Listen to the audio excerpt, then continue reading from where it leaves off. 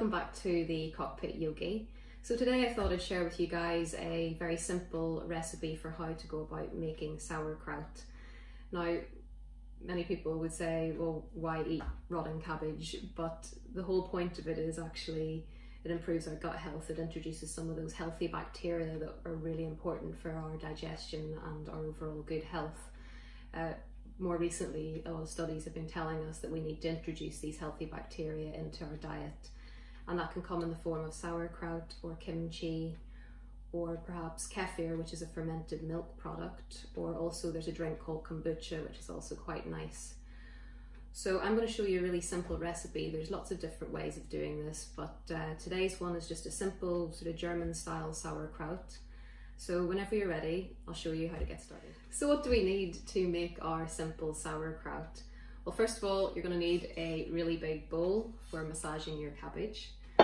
You're going to need a large jar for fermenting. Now you can use just a normal jar that seals, or these ones are available quite cheaply on Amazon. They have a little release valve just for keeping the air regulated so it doesn't get explosive in there. And then you'll need about 5 of these for every 1 cabbage that you use for when we transfer it from the large jar into the smaller jars. I like to use rubber gloves for when I'm massaging the cabbage. You don't want to introduce any bad bacteria into the mix. You can just wash your hands very, very thoroughly. You know, that's fine as well, but I just like to be extra careful. Ingredients wise, you need 1 cabbage, doesn't matter if it's a purple or a white one. You're going to need some good quality salt, some flake salt or some rock salt. So we use 4 tablespoons of Maldon. We're going to use, in this particular recipe, 2 teaspoons of fennel seeds and 1 teaspoon of caraway seeds. And that's it. Depending on how you like your sauerkraut, you can cut it up chunky-ish, or you can shred it on a mandolin. I'm a bit afraid of mandolins, so I'm just going to cut it up as finely as I can myself. So you're going to want to just remove any outer leaves from your cabbage, just more for hygiene, and also just in case there's any pesticides on there if you're not using organic produce. So just slice it up whatever way you like. You'll need a nice sharp knife. Cabbage is a little bit runty.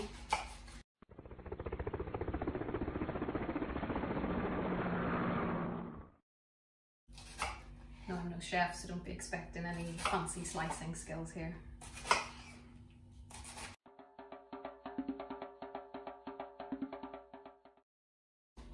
So once your cabbage is all sliced up, just throw it all into your big bowl.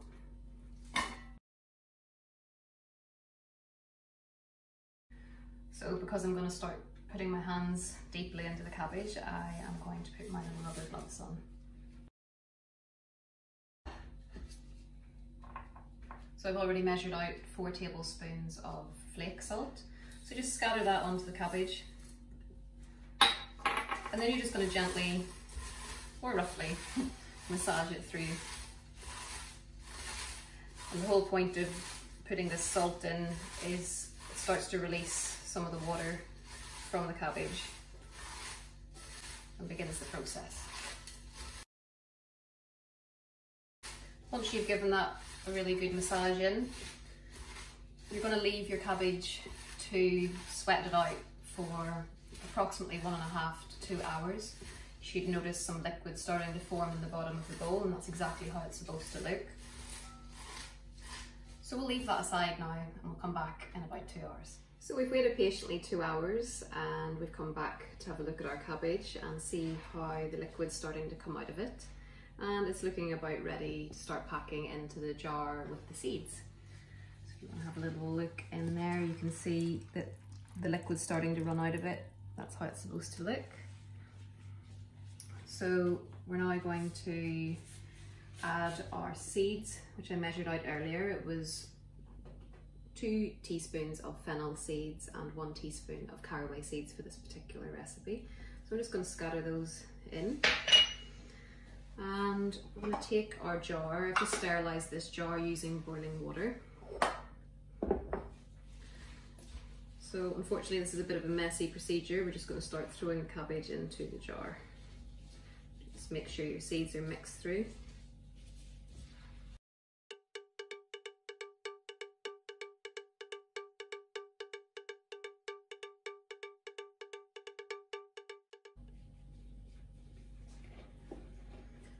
So pack it down nice and tightly. You want the liquid to actually cover the cabbage. So if at the end of your 2 hours there's not quite enough liquid, you can make a little more brine to go into the mix by using 200 milliliters of, best to use bottled water because you don't want any chlorinated water from the tap to affect the balance of bacteria in the sauerkraut. So use some boiled bottled water if you can, just to top up your brine. So it's 200 milliliters of water to 1 teaspoon of salt, and then we can top it up. You want your brine level to sit about 1 centimetre above the cabbage. So we're just going to pack that down nice and tightly. I'll top up the brine in this one later. And then you can place something inside the jar, like a glass pebble, to weight the cabbage down, just to make sure that it stays submerged in the liquid. Then just pop your lid on, and you're going to place it somewhere out of the sunlight. And over the course of between about 3 and 14 days, it really depends on the temperature at the moment, you're just going to, maybe every 2 days, just taste it for flavour and see what you think, see what tastes good. And then whenever you've got it to the flavour that you actually want, then you're going to decant it into these smaller jars. So this one is a small cabbage, it'll probably make 3 to 4 jars like this.